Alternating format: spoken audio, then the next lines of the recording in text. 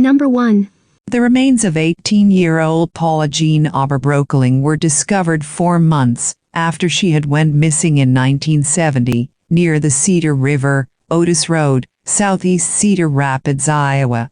Paula Jean worked at a department store as well as teaching children with special needs and had recently graduated from high school.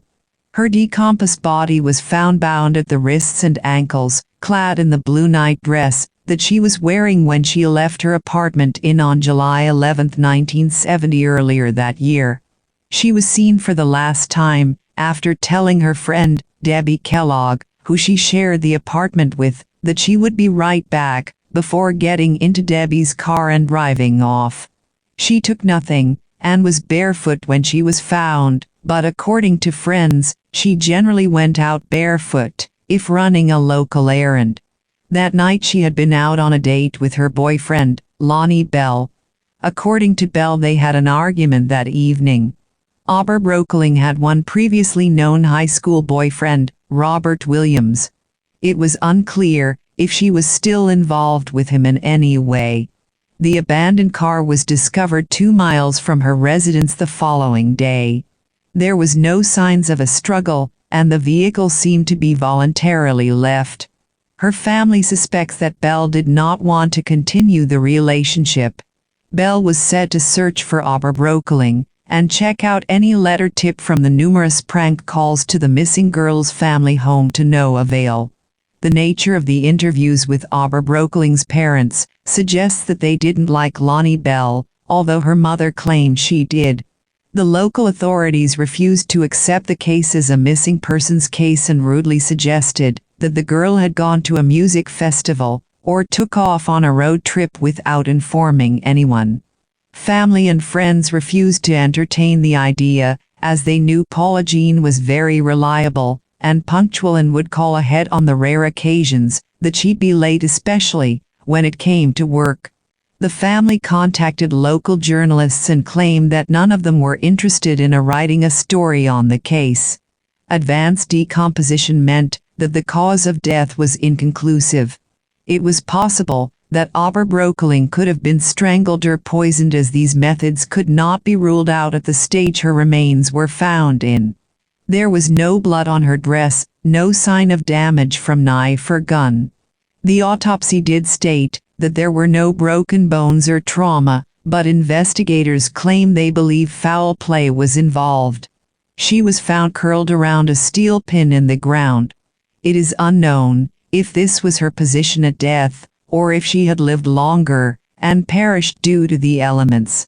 Another theory from the police was that she had been thrown from the top of the road and rolled down the steep hill, hitting the steel pin, and ended up concealed in the summer foliage. Whether or not the story matches up with the autopsy findings remains to be seen. The nearby sewage treatment plant would have thrown off any passers-by when it came to the scent of human decomposition. The material used to bind Oberbroeckling's wrists, behind her back, and ankles was described by the medical examiner performing the autopsy, Erlef Rose MD, as types of flexible material, one having the appearance of plastic clothesline and the other of cording. She was 1 month pregnant at the time. There were local rumors that Paula Jean was the victim of a botched abortion, that she believed having a child would ruin her modeling career. Some say she was using drugs heavily, and that Lonnie was a dealer, and the two got mixed up in something. The truth is, nobody knows. The cause of death officially states unknown. The case remains unsolved. Number 2. On September 12, 2000, Rita Moore asked her brother to check in on her son, 26-year-old Andrew Moore.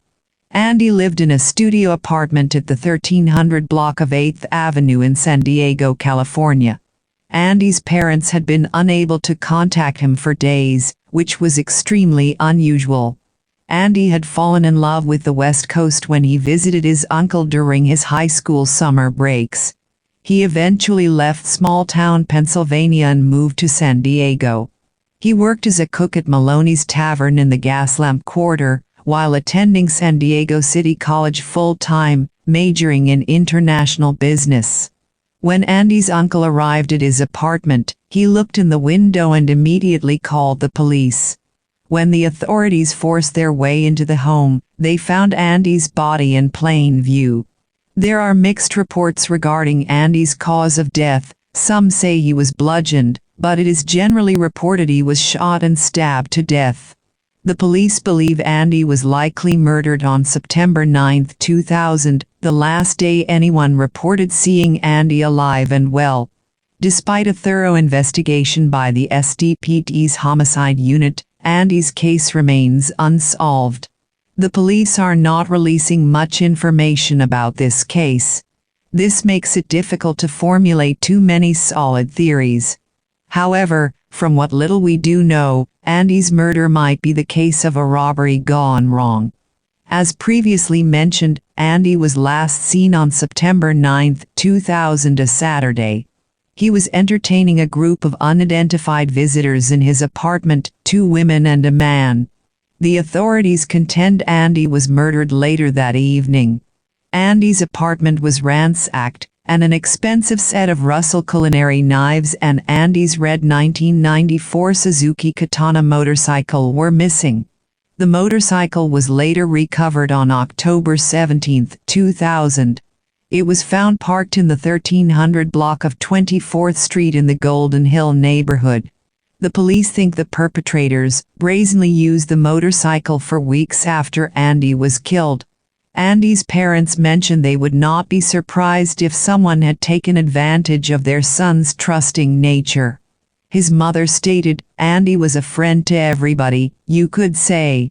He was very friendly and outgoing.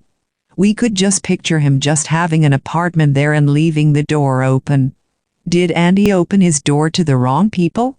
Sadly, this seems all too probable. Investigators are seeking the public's assistance in locating the persons of interest in this case. First, they are eager to talk to the man and 2 women seen partying with Andy on that fateful Saturday night. Also, the police would like to interview a black man and a white woman seen driving a white subcompact car, perhaps a Volkswagen Rabbit, near Andy's house on the night of the murder.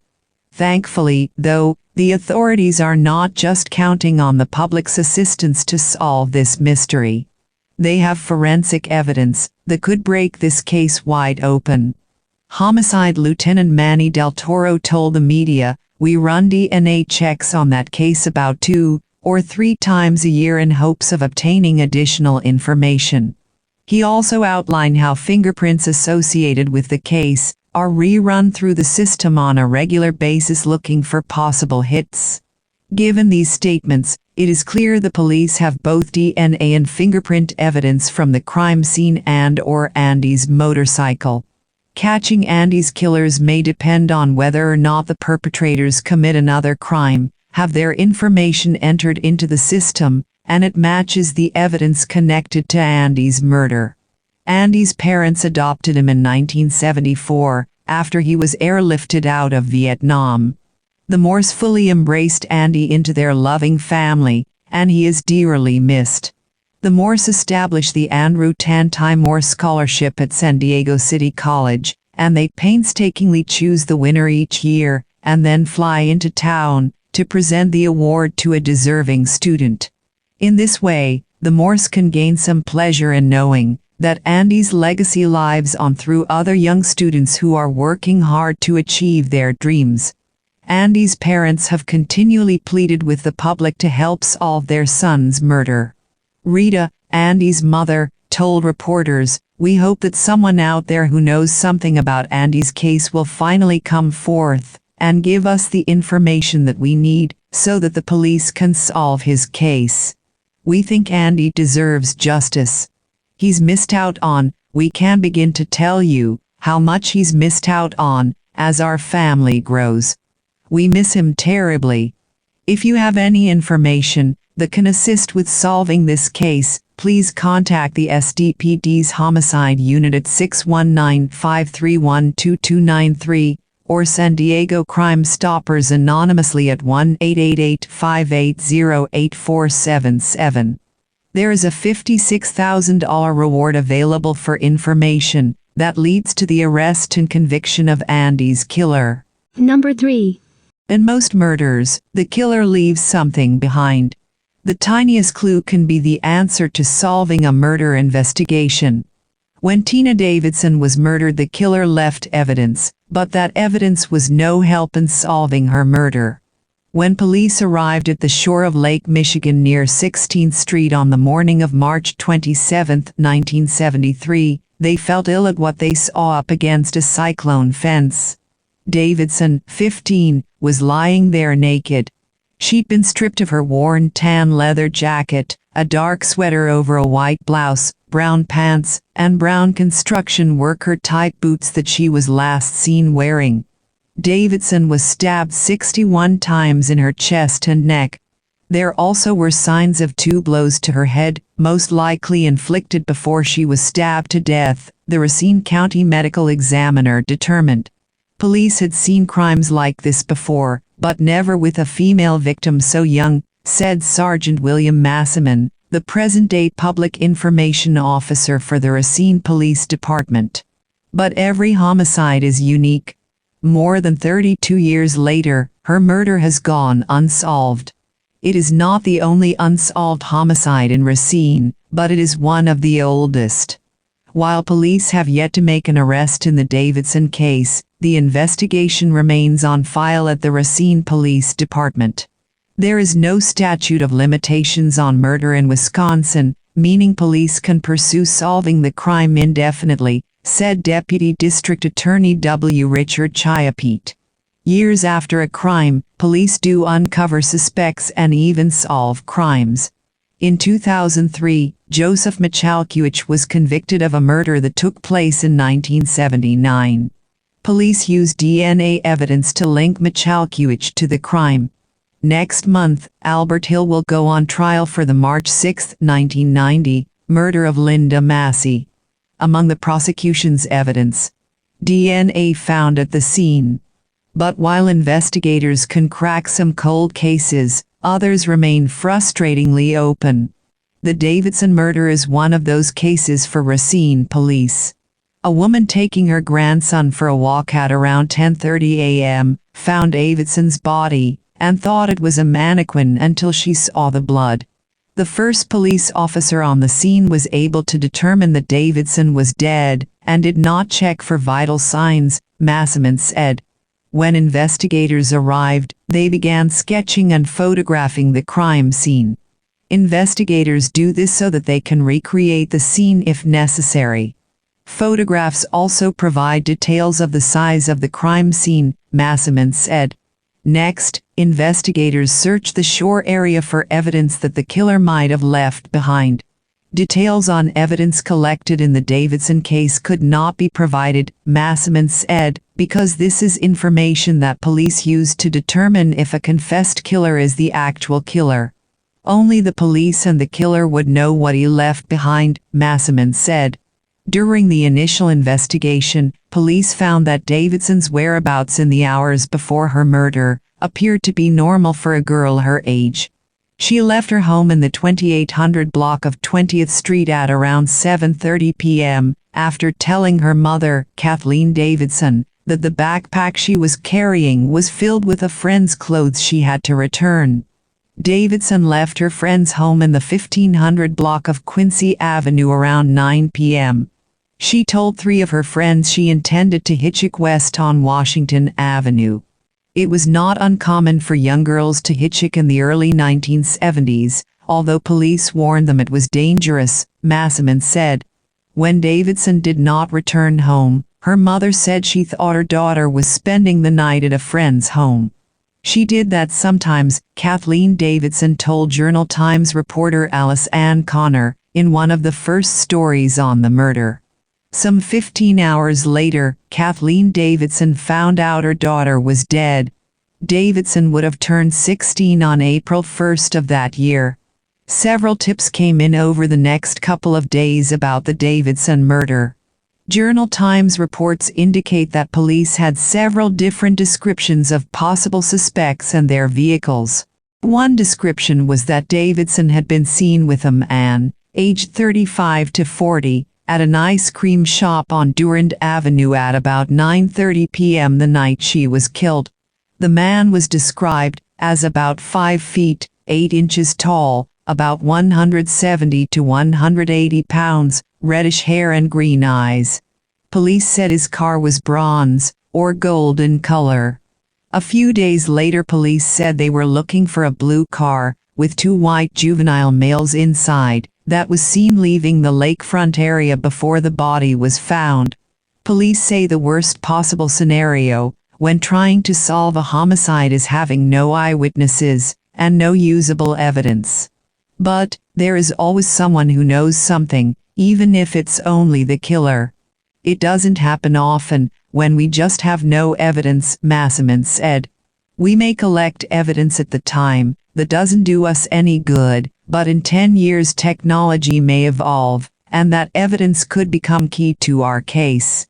Massaman declined to comment on evidence collected in the Davidson case because the investigation is ongoing.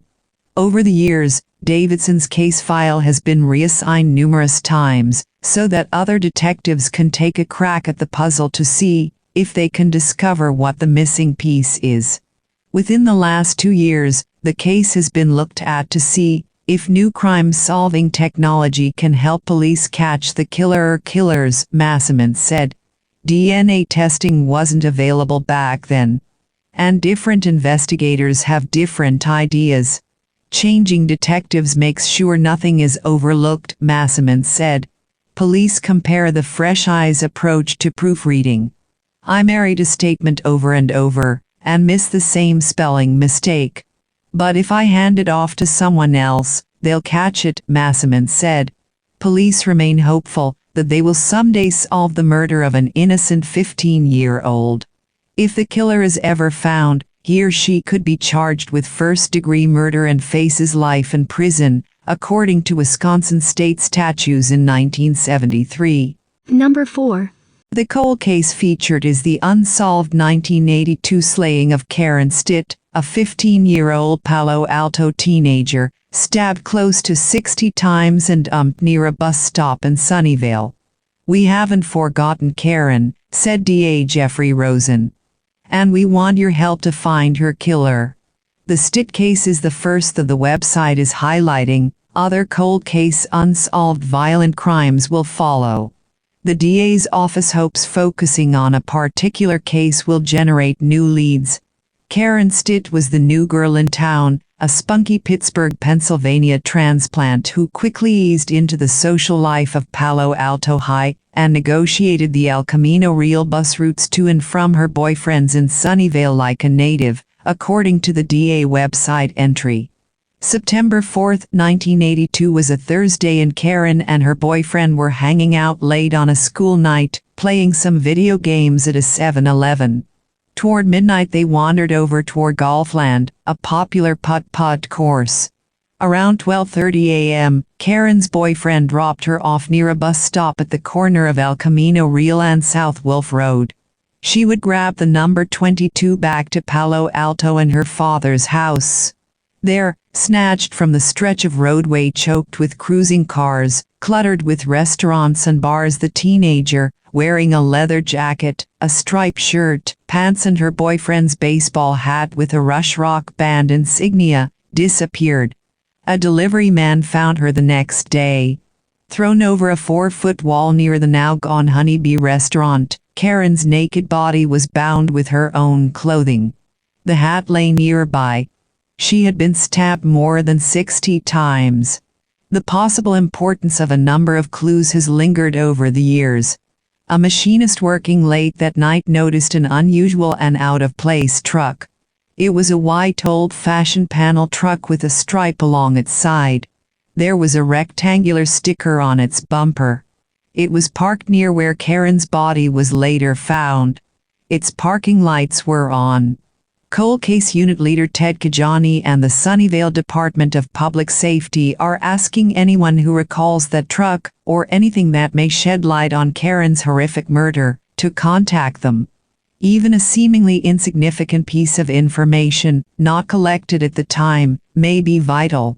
If you have any information at all, Please call District Attorney Investigator Michael Brown at 408-808-3760. The Santa Clara DA's new website, meanwhile, will also feature Consumers Corner, a section dedicated to providing tips and resources for those trying to be a savvy consumer and avoid scams. Every year our office seeks justice for thousands of crime victims in Santa Clara County, Rosen said. The public has a vital role to both educate themselves against consumer crimes and to work with us to solve violent crimes, sometimes long after they happen. Consumers Corner will provide resources for people seeking information on the latest scams and to prevent the public from being victimized in the first place.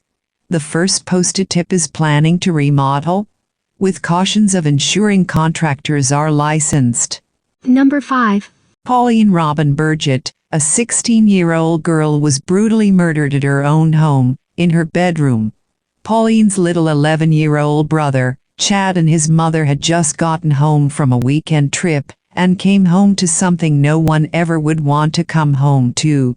On March 12, 1978, Chad found his sister's dead body in her bedroom. Their lives will never be the same after what they came home to find on that horrible day. Pauline was said to be at a friend's house, while her mother and little brother went on their weekend trip. She was said to have left her friend's house on Saturday around 8 p.m. to meet her boyfriend. Police are still not certain if the two had actually ended up meeting or not. After leaving her friend's house, she was not to be seen alive after that. It is said that she was stabbed and hit with an object. There also may have been a possibility that she was sexually assaulted as well, but police are not sure if it was sexual assault or was for pleasure. The police have DNA that was found at the crime scene, but has not yet been able to find a match. Police say that the murderer had to have known Pauline and had been welcomed into the room, for they said there was no sign of forced entry. Pauline had dropped out of high school, and one source said that she had to have many boyfriends and ex-boyfriends since she had dropped out. This has led people to believe that the murderer was her boyfriend or an ex-boyfriend, although there is no evidence one of those boys may look suspicious. Another source says that Pauline was having some troubles with threats that some people at her apartment complex that she babysat for against her. This brings some suspicion onto them, but there is no evidence that says that it was one of those who had threatened her. The police didn't, and still don't have enough evidence to find out who could have done this awful thing. Maybe one day we will be able to figure out what happened that day to 16-year-old Pauline Burgette. Number 6. 20 years ago this month, Stephen Weltig was murdered. He was shot on a Friday morning in his liquor store on Jeffco Boulevard in Arnold. Judging from the downward angle of the wound, he had been on his knees when somebody shot him in the head. He was 40 years old. We were looking at robbery as a motive, an Arnold police captain told reporters. Local merchants established a reward fund. A video shop owner said, "We've had robberies before, but this is the first time anything like this has happened. It puts us all on the line." The term person of interest had not yet been coined, but the commander of the major case squad announced that police wanted to talk to a man who had been in the store the night before the shooting. That's because a fellow who worked at a nearby muffler shop told police he had been in the liquor store Thursday night, chatting with Weltig about a holdup that had been in the news, and Weltig had said, "Somebody could come in here, shoot me and never get caught." A man in the store had overheard this conversation. He had a potbelly, a large dark beard, black hair, was balding and appeared to be in his early 40s. Might he have come back the next morning to turn Weltig's words into prophecy? It seemed far-fetched, but there wasn't much else to go on. Oh, there was a man seen driving away from the liquor store parking lot before the body was found. He was driving either a compact car, a medium-sized car, or a station wagon. It was either gray or silver. Before long, the major case squad and the reporters were gone, and the Arnold police were working the case alone. As they looked into things, they realized this might not have been a robbery. Weltig had been shot with his own gun. It was a gun he kept under a box on the counter. He kept it there because he really was afraid of robberies. But what was the chance a robber would come in and somehow end up with Weltig's gun? That seemed unlikely. Surely, the robber would have had his own weapon.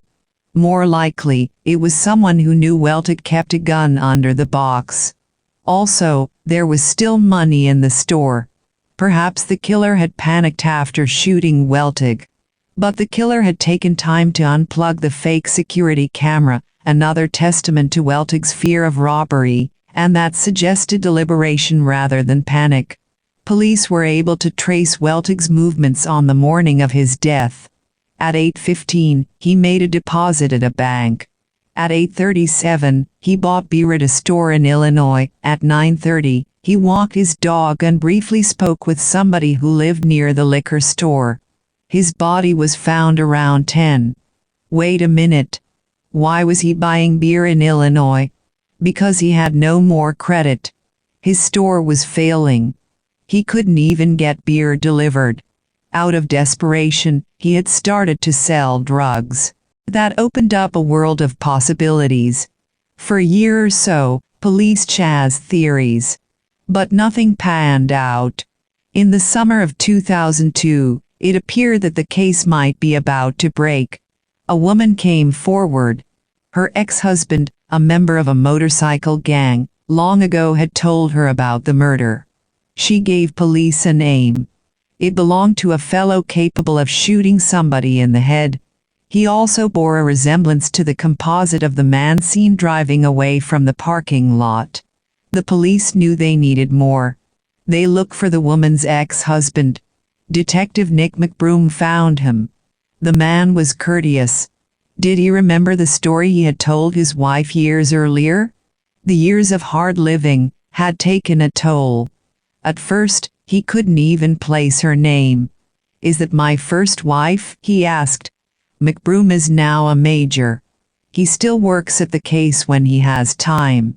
He told me he has a couple of leads, a couple of possibilities.